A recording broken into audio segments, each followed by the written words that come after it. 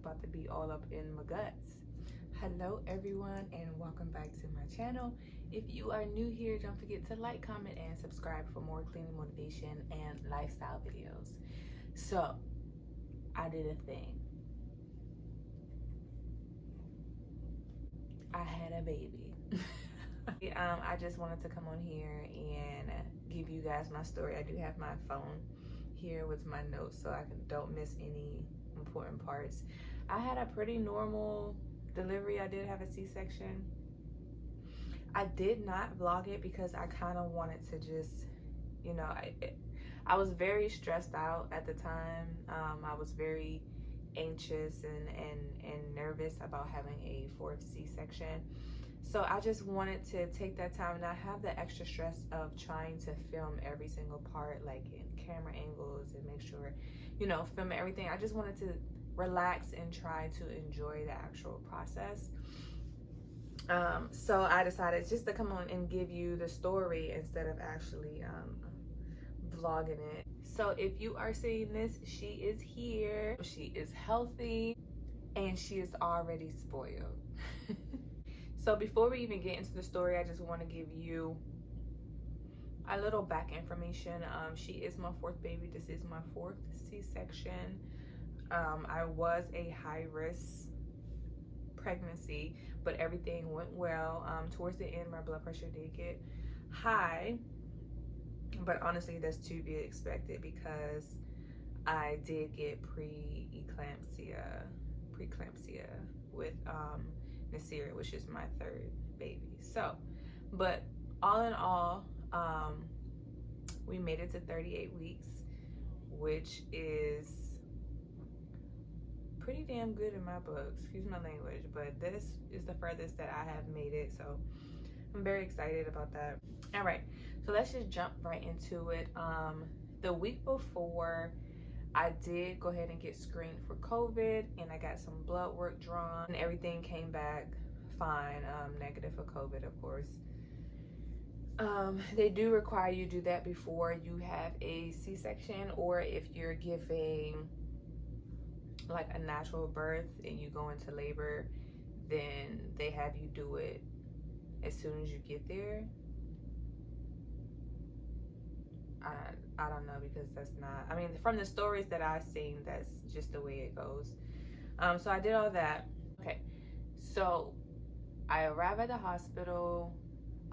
It was 6:30. Dang, was it 6:30 or 7:30? I think it was, no, it was, Lord.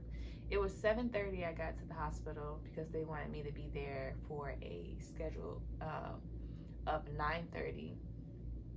So we get there, we get to the front door, and we have to go through all these COVID screenings. When we come in, they get us our temperature. This is before, like right before we even get to the door. They take our temperatures, and then they ask us what floor we had to sign in and stuff like that. So we had to go to the labor and delivery floor. So we get up there and they take our temperatures again. And then they take my ID and just signing some paperwork. Then we have a seat in the lobby. I'm sorry, she's moving around. I'm just like, it's not your time to shine. I gotta get through the story before they meet you. Okay.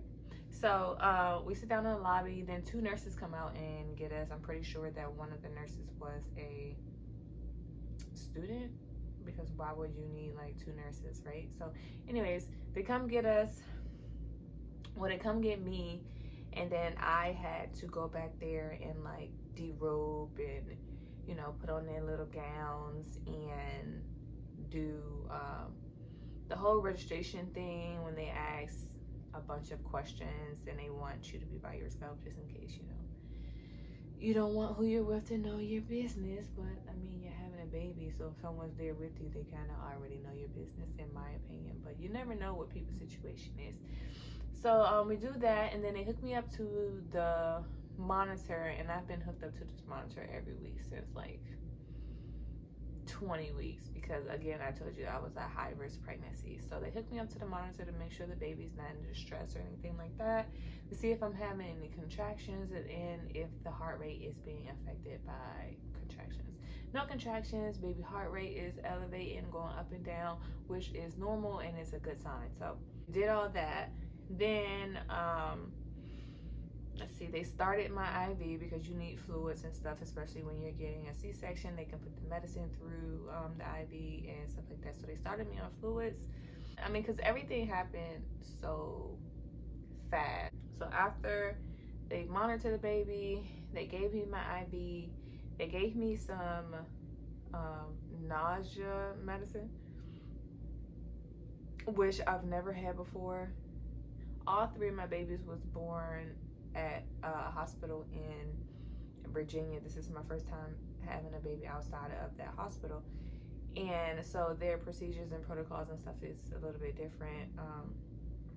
So they gave me some nausea medicine because they said that it's easy to get, you know, nauseous while you're in surgery, even though they tell you not to eat after midnight the day before, and you can't drink, I think it was like 4 hours before your surgery. But they gave me the medicine. Then the doctor comes in, and keep in mind that I've never met the doctor before. This is the one thing that I did not like, is because the doctors in the office was not the doctors that actually perform the surgery. They have one doctor that's stationed that does all the surgery and stuff like that. I was really not a fan of that, but you know, with COVID, everything again is changing, and I'm not really, I wasn't happy with it, but it is what it is. It turned out okay. I met the doctor. He was really cool. Did not look like his picture because I Googled him, because I had to know who was about to be all up in my guts. So I Googled him, and he was a younger guy, cool, came in with shades on, y'all.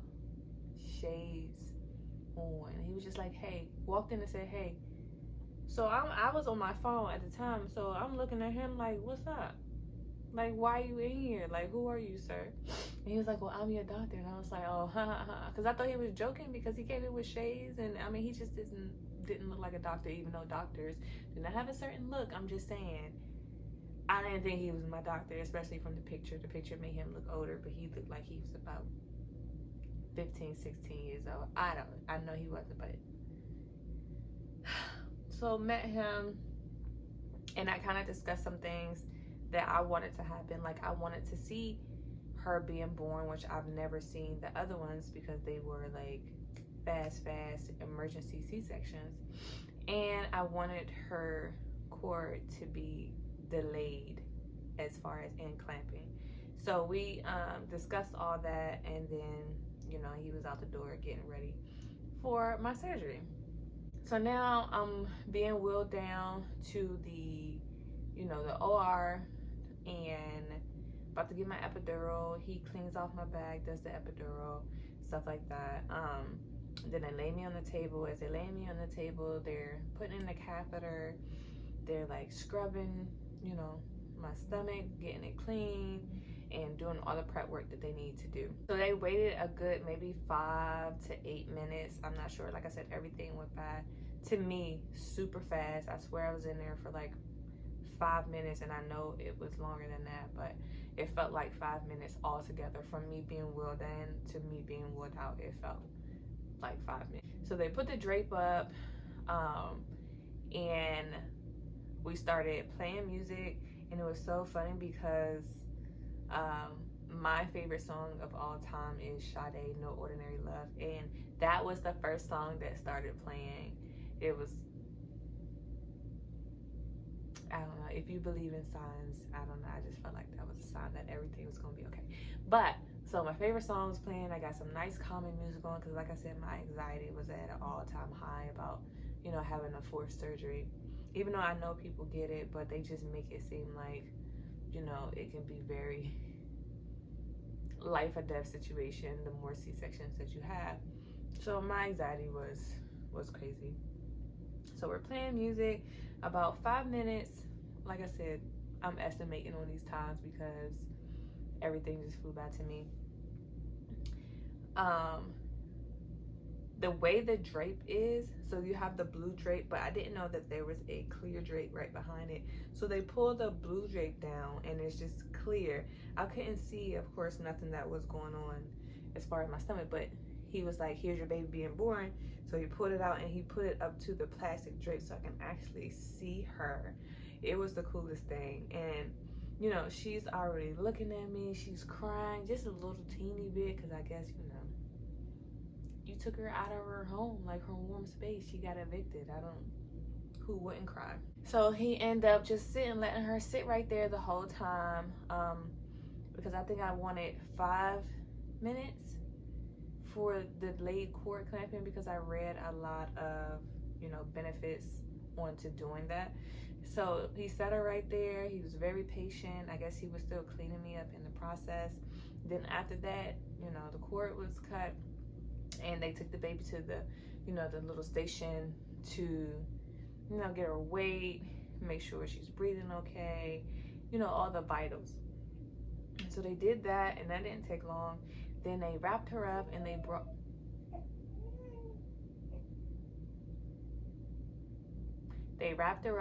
her to me. And of course, you know, you got to get the little pictures that all the mamas that get C-sections, they get. So we got the pictures. And then, I mean, like I said, it all happened so fast. They sewed me up. They wheeled me and the baby to a recovery room, which was basically the room that I was in before.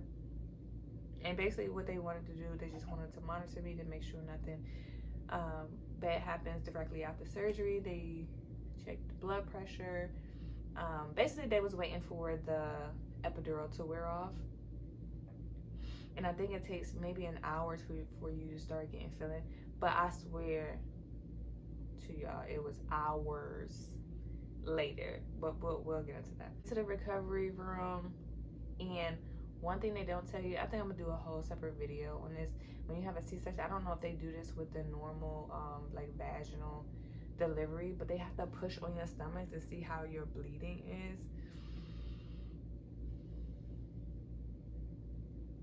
That is the worst thing I have ever experienced in my life. In each one, so I know it's like a common thing, but in each one, I be ready to fight the nurses. And it wasn't this pregnancy. I think it was maybe my last one or the one before that. I actually grabbed her hand. Like, it hurt so bad. I grabbed her hand off of me. It was a reflex, but baby girl, you got to calm down off that. After they did that, they assessed me. I got her, you know, we was doing skin to skin and breastfeeding. She latched right away. And I swear to you not, that was the most painful latch I have ever experienced in my life. It's so funny because my grandma used to tell me a story about my mom, about how she latched the first time and she almost threw her across the room. And I never understood why she said that until this baby. Like, all the other babies breastfed too, but it was a while before they can actually get to breast, because again, they were born severely early, so they wasn't able to latch right away. So I'm thinking maybe my body and my nipples got used to me pumping first, so that when they did latch, it wasn't painful. But this one was like brand new. I understand, because I almost wanted to throw her across the room. Like, no joke. While we're still in the postpartum room, they're waiting for my feeling and the legs come back, and only one leg came back, and that made my anxiety come back, because it did go down once the baby was here, and you know, I was feeling fine. But girl,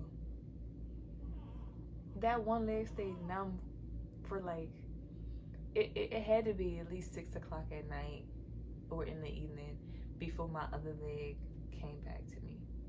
And then it wasn't even 100% back. Like, it still felt like very swollen. Even though it wasn't swollen, but you know when your leg is numb or when something is numb, it just feels like it's bigger and like you're stepping on like little needles. That's what it felt like for that one leg.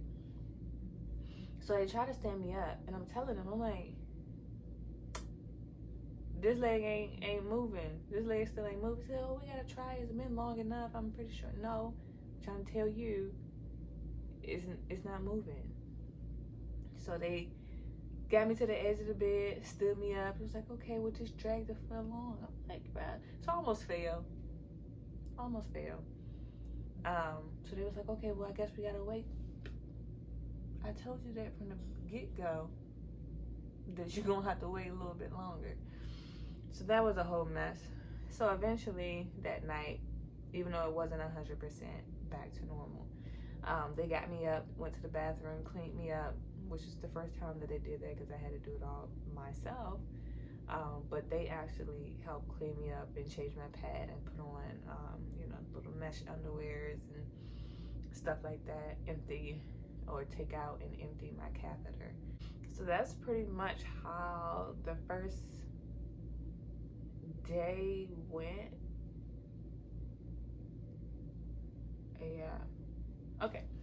So we can meet the baby now, guys. This is Naomi Rose. She was born at 5 pounds and 12 ounces at 10:05. And she's so cute. And she doesn't cry, only when she's hungry.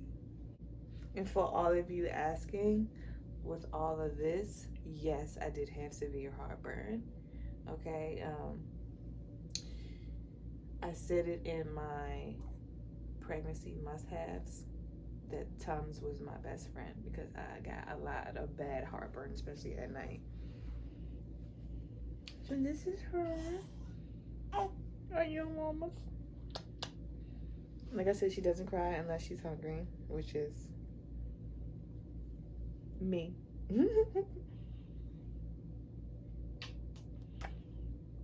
But yeah, I just wanted to come on and share my story with you guys because the rest of the videos, I can't just pop up with the baby, you know. So I just wanted to let you know that she is here.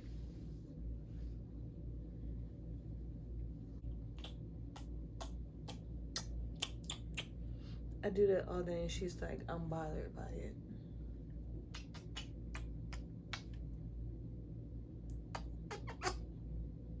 Doesn't care. She likes all the kisses. All right, you guys. Bye.